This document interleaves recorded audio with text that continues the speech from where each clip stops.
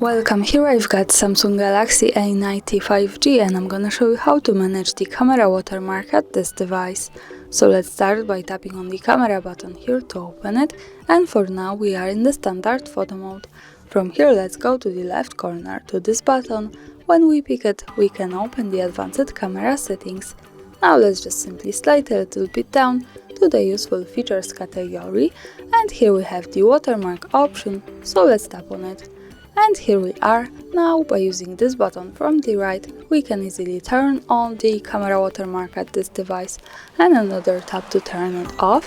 When we have this turn it on, as you can see, we have short preview how it looks like. So we have Samsung triple camera and shot with my Galaxy A90 5G.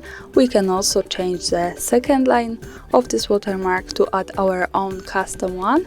Let me show you how to change this. And right here, for example, shot by HardReset, and done. The second line has changed now. Let me keep this like that. Let's go back to the camera now to take a picture to see how the watermark looks like at the real one. To see the photo, let's move to this button from the left. So by tapping on it, we get quick access to the gallery. And this is our photo with the watermark in the left corner at the bottom. As you can see, we have Samsung triple camera, the device watermark with shot by HardReset, the custom one.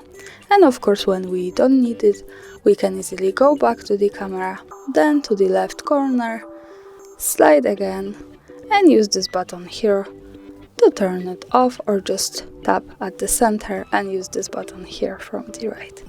And that's all. Thanks for watching, subscribe our channel and leave the thumbs up.